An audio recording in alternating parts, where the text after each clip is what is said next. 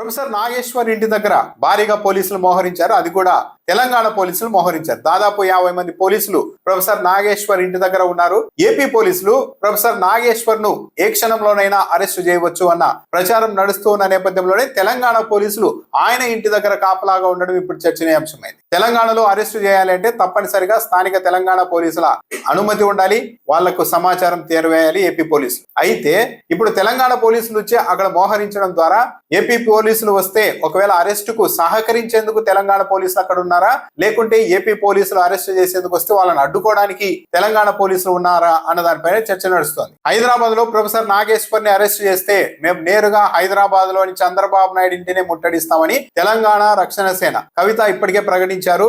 ఈ నేపథ్యంలో ఒకవేళ ఏపీ పోలీసులు ఇక్కడికి వస్తే తెలంగాణ వాదులు, తెలంగాణకు సంబంధించిన రాజకీయ పార్టీల మద్దతుదారులు, విద్యార్థులు ప్రొఫెసర్ నాగేశ్వర్ కు మద్దతుగా పెద్ద ఎత్తున అక్కడికి తరలి వస్తారేమో, లా అండ్ ఆర్డర్ సమస్య ఏర్పడుతుందేమో అన్న ఆలోచనతో తెలంగాణ పోలీసులు అక్కడ మోహరించారా అంటే పరోక్షంగా ఒకవేళ ఏపీ పోలీసులు వస్తే అరెస్ట్ చేసి తీసుకెళ్లే సమయంలో ఇబ్బందులు రాకుండా ఉండడానికి తెలంగాణ పోలీసులు అక్కడ మోహరించారా అన్న ఒక ప్రచారం కూడా నడుస్తోంది. అయితే ప్రొఫెసర్ నాగేశ్వర్ ఇప్పటికే సూటిగానే ప్రకటించారు, అరెస్ట్ చేస్తే చేసుకోండి, నేను రెడీగా ఉన్నాను, ముందస్తు బెయిల్ పిటిషన్ కూడా వేయను అని కూడా ప్రొఫెసర్ నాగేశ్వర్ ప్రకటించేశారు. ఇప్పటికే ఈ కేసును కొట్టివేయాల్సిందిగా కోర్టును ఆశ్రయించాలనుకున్నాను, ఇప్పటికైతే ఆ పని కూడా చేయలేదు, నేను అరెస్ట్ కి అయితే సిద్ధంగా ఉన్నాను, వచ్చి ఎప్పుడైనా అరెస్ట్ చేసుకోవచ్చు అంటూ కూడా సవాల్ విసిరారు. ఇప్పుడు ఏపీ పోలీసులు హైదరాబాద్ వెళ్లి ప్రొఫెసర్ నాగేశ్వర్ ను అరెస్ట్ చేస్తారా? ఇప్పటికే ప్రొఫెసర్ నాగేశ్వర్ పట్ల ఒక విశ్లేషణ చేస్తే తనకున్న సమాచారం ఆధారంగా కొన్ని మాటలు మాట్లాడితే దానికే ఏకంగా మొత్తం తెలుగుదేశం పార్టీ ఏకపక్షంగా దాడి చేస్తోంది. ఇప్పటికీ కూడా తెలుగుదేశం పార్టీ అధికారిక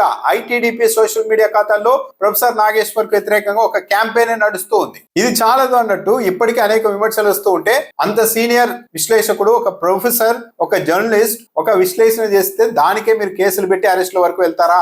ఇదెక్కడి అన్యాయం అని ఒకవైపు విమర్శలు వస్తున్నా సరే ఏపీ ప్రభుత్వం మాత్రం వెనక్కు తగ్గుతున్నట్టుగా లేదు. నిన్న పవన్ కళ్యాణ్ గారు కూడా మాట్లాడారు. ఆర్యవైశ్య సంఘం ప్రొఫెసర్ నాగేశ్వర్ కు మద్దతుగా రావడాన్ని కూడా ఆయన తప్పుపట్టారు. ఆయనకైనా కులం ఉండేది, యువతల వాళ్ళకు కులం ఉండదా అంటూ కూడా స్వయంగా ఏపీ డిప్యూటీ సీఎం మాట్లాడారు. ఇక నారా లోకేష్ గారు అయితే డైరెక్ట్ గా ప్రొఫెసర్ నాగేశ్వర్ కి ఒక సోకాల్డ్ జర్నలిస్ట్ అంటూ కూడా సంబోధించారు. ప్రొఫెసర్ నాగేశ్వర్ ను ఉద్దేశించి లోకేష్ అంటే ఏపీ ప్రభుత్వ పెద్దలంతా ఎంత కక్షపూరితంగా ప్రొఫెసర్ నాగేశ్వర్ ని టార్గెట్ చేస్తున్నారన్నది దీన్ని బట్టే అర్థమవుతుంది. అయితే అధికారం ఉంది, పోలీసులు ఉన్నారు, మనం చెప్తే వెళ్ళి అరెస్ట్ చేసేస్తారు అని అనుకోవచ్చు, కానీ ప్రొఫెసర్ నాగేశ్వర్ జోలికి వెళ్తే మాత్రం ఇది ఒక బెంచ్ మార్క్ లా అనిపోతుంది. తెలుగుదేశం పార్టీ ప్రభుత్వం అనేక అరాచకాలకు పాల్పడుతోంది ఈ 2 ఏళ్లలో అన్న విమర్శలు ఉన్నాయి. దీన్ని మొత్తం దేశానికి అంతా తెలియజేసినట్టు అవుతుంది. ఒకవేళ ప్రొఫెసర్ నాగేశ్వర్ ను ఈ కేసులో అరెస్ట్ వరకు వెళ్తే ఎవరు ఒప్పుకోరు. ఎందుకంటే అనేక మంది జర్నలిస్టులు, తెలుగుదేశం పార్టీకి సంబంధించిన పత్రికాధినేతలు కూడా వారం వారం వీకెండ్ రాస్తూ రకరకాలుగా జగన్మోహన్ రెడ్డి ఇంట్లో ఏం జరిగిందో కూడా రాసేస్తూ ఉంటారు. మరి అది తప్పు కాదని సమర్థించిన వాళ్ళు